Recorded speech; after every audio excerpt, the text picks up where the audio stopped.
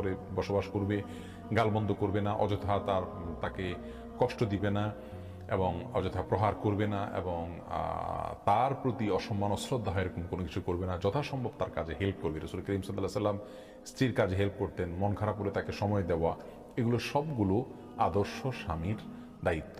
সেই সাথে আদর্শ স্বামী তার স্ত্রীকে আখিরাতের পথে পরিচালিত করবেন, জান্নাতের পথে যেতে সহায়তা করবেন, কোরআন হাদিস শেখার জন্য সহায়তা করবেন। বিশেষ করে তারা বাইরে যেতে পারেন না, সব জায়গায় যেতে পারেন না, শিখতে পারেন না, সেক্ষেত্রে তাদের ইসলামিক নলেজ অর্জনের জন্য পথগুলো উন্মোচন করে দিবেন, বাহির থেকে ভালো কিছু জানলে তাদেরকে শেয়ার করবেন।